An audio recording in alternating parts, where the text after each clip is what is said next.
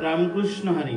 सार्थ श्री ज्ञानेश्वरी अध्याय 2 ओवी क्रमांक 73 ते 83. तैसिया पंडू कुमरा व्याकुळा मिरवतसे श्रीकृष्ण जवळा तो कृपावशे अवलीळा रक्षिल आता म्हणून तो पार्थू मोह फणीग्रस्तू म्या मनितला हा हेतू जाणोनिया मग देखा तेथ फाल्गुनू घेतला असे भ्रांती कवळूनू जैसा घनपटळी भानू आच्छादिजे तया परी तो धनुर्धनू जाहलासे दुःखे जर्जरू जैसा ग्रीष्मकाळी गिरीवरू वनवला का म्हणून सहजे सुनिळू कृपामते सजळू तो कोळलासे श्री गोपाळो महामेघू तेथ सुदर्शनांची द्युती तेची विद्युलता झळकती गंभीर वाचा ते आयती गर्जनेची आता तो उदार कैसा वर्षेल तेने अर्जुना चळू निवेल मग नवी विरुढी फुटेल उन्मेषाची ते कथा ऐका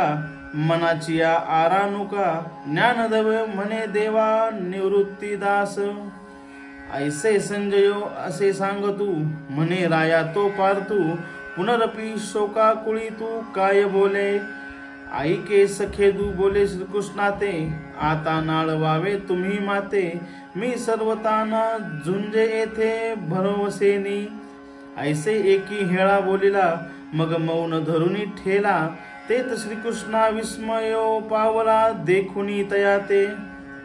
अर्थ तशा त्या शोकाने मोहाने व्याकुळ झालेल्या अर्जुनाजवळ श्रीकृष्ण शोभू लागला. आपल्या कृपादृष्टीने आता त्याचे सहजच रक्षण करील.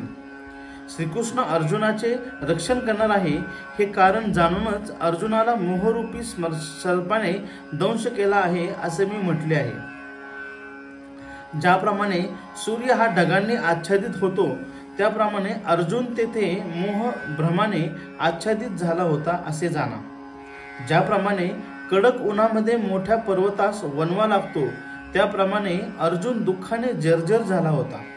म्हणून तो सहजच नीलवर्ण आहे आणि कृपामृताने सजल असा श्री गोपाल रूपी मोठा मेघ कृपेचा वर्षाव करण्यासाठी अर्जुनाकडे वळला.